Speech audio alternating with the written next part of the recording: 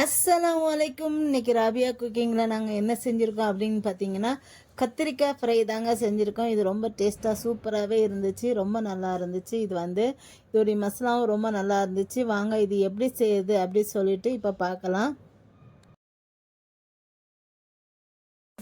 நான் இந்த மாதிரி 2 கத்திரிக்காய் எடுத்துக்கிறேங்க. இப்போ இதை ரவுண்ட் ரவுண்டாக நம்ம கட் பண்ணிக்கலாம். இங்கே பாருங்கள், ஃபஸ்ட் நான் கொஞ்சம் கட் பண்ணிட்டேன். இப்போ பாருங்கள், இந்த மாதிரி ரவுண்ட் ரவுண்டாக கட் பண்ணி எடுத்துக்கோங்க.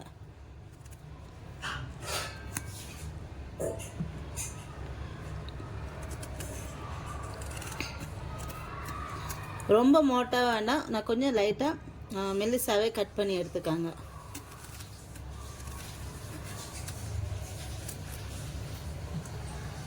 ஸ்டாப் பண்ணிடுங்க. இந்த மாதிரி ரவுண்ட் ரவுண்டாக கட் பண்ணி எடுத்துக்கோங்க. நான் இந்த மாதிரி ரவுண்ட் ரவுண்டாக கட் பண்ணி எடுத்துட்டேன். இப்போ இதில் மசாலா சேர்த்துக்கலாம். இப்போ ஒரு ஜார் எடுத்துருக்கேன். இதில் ஒரு 1/4 ஸ்பூன் சோம்பு சேர்த்துக்கோங்க. அடுத்து 1 ஸ்பூன் மிளகு சேர்த்துக்கிறேன். அடுத்து 1 ஸ்பூன் ஜீரகம் சேர்த்துக்கிறேன். சேர்த்துட்டு இப்போ இதை நல்லா பொடி பண்ணி எடுத்துக்கலாம். இப்போ 1 ஸ்பூன் கார்ன்ஃப்ளவர் மாவு சேர்த்துக்கிறேன். அடுத்து 1 ஸ்பூன் அரிசி மாவு சேர்த்துக்கிறேன். அடுத்து இப்போ இதிலேட்டு 1 ஸ்பூன் இஞ்சி பூண்டு பேஸ்ட் சேர்த்துக்கிறேன். நீங்கள் என்ன பண்ணுங்கன்னா ஒரு 1/2 ஸ்பூன் லெமன் ஜூஸ் போட்டுக்காங்க.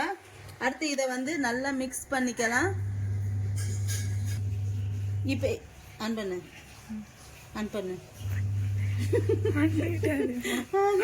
இப்போ இதை எண்ணெய் கொஞ்சம் தேங்காய் எண்ணெய் இருந்துச்சுன்னா தேங்காய் எண்ணெய் ஊற்றி நல்லா கலந்துக்கோங்க. இப்போ தேங்காய் எண்ணெய் இருந்துச்சுன்னா இந்த எண்ணெய் ஊற்றி நல்லா கலந்து விட்டுக்கோங்க. எண்ணெய் தான் ஊற்றணும், தண்ணி ஊற்றக்கூடாது.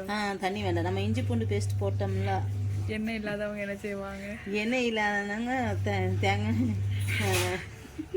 பாரு எப்படி ஊத்துற பாரு. அலிமா எண்ணெயெல்லாம் நீ வேஸ்ட் பண்ற. இப்போ இது பாருங்க, நல்லா கலந்தாச்சு. இப்போ இது கலந்ததுக்கு அப்புறம் இதை எல்லாத்தையும் நல்லா கத்திரிக்காயில சேர்த்தரலாம். பிபி கொலஸ்ட்ரால்லாம் இருக்கு. இப்போ இது பாருங்க, நல்லா கலந்து விட்டாச்சு. இப்போ இதை கத்திரிக்காயில அப்ளை பண்ணிடலாம்.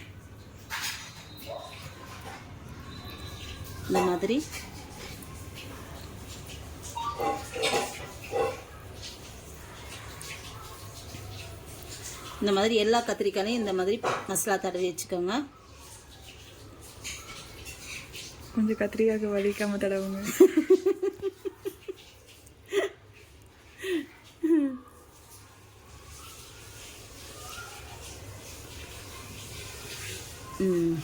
சரியா?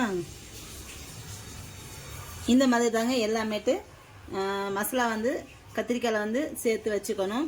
மாதிரி எல்லாத்தையுமே நல்லா மசாலா தடவி வச்சுக்கணும். இதை மசாலா தடவிட்டு ஒரு 10 நிமிஷம் அப்படி வச்சுருங்க. 10 நிமிஷத்துக்கு அப்புறம் இது எப்படி ஃப்ரை பண்ணலாம்னு சொல்லிட்டு பார்க்கலாம்.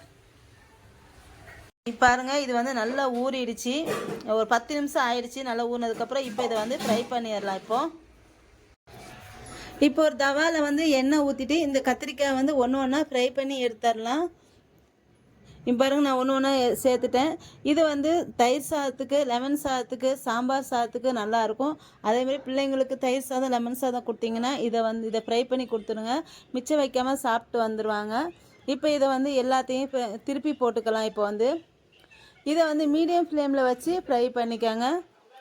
அப்போ தான் இது கத்திரிக்காய் வேகும். இல்லை மசாலா சீக்கிரம் உடஞ்சிரும். இது பாருங்கள், ஃபிஷ் ஃப்ரை மாதிரியே நல்லாயிருக்கும். டேஸ்ட்டு நல்லாயிருக்கும், சூப்பராக இருக்கும். இப்போ இது எல்லாத்தையும் நான் திருப்பி விட்டுக்கிறேன். பாருங்கள், எல்லாத்தையும் திருப்பி விட்டாச்சு. இந்த மாதிரி ஒன்று ஒன்றா எல்லாத்தையும் போட்டு எடுத்துக்கோங்க. அதாவது சேர்த்து போட்டு எடுத்துக்கோங்க. ரொம்ப சூப்பராக இருக்கும். இன்றைக்கி நாங்கள் எங்கள் வீட்டில் சாம்பார் சாதம் தான். சாம்பார் சாதத்துக்கு தான் இந்த கத்திரிக்காய் ஃப்ரை செஞ்சோம். இது இந்த சின்ன கத்திரிக்காய் செய்யலாமா என்ன தெரியல. நான் இந்த பெரிய கத்திரிக்காயில் தான் செஞ்சேன். ரொம்பவே நல்லா இருந்துச்சு.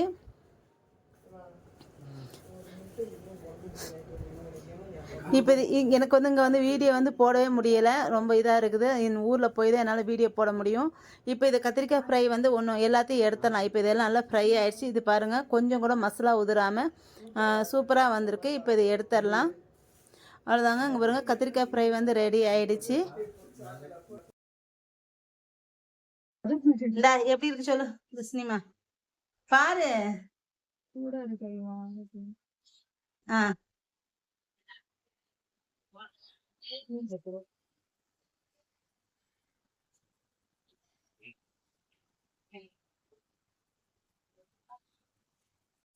என்னோட இந்த வீடியோ கத்திரிக்காய் ஃப்ரை என்னோட இந்த வீடியோ உங்களுக்கு பிடிச்சிருந்தா லைக் அண்ட் கமெண்ட் ஷேர் பண்ணிக்கோங்க. என்னோட சேனலை மறக்காமல் சப்ஸ்கிரைப் பண்ணிக்கோங்க.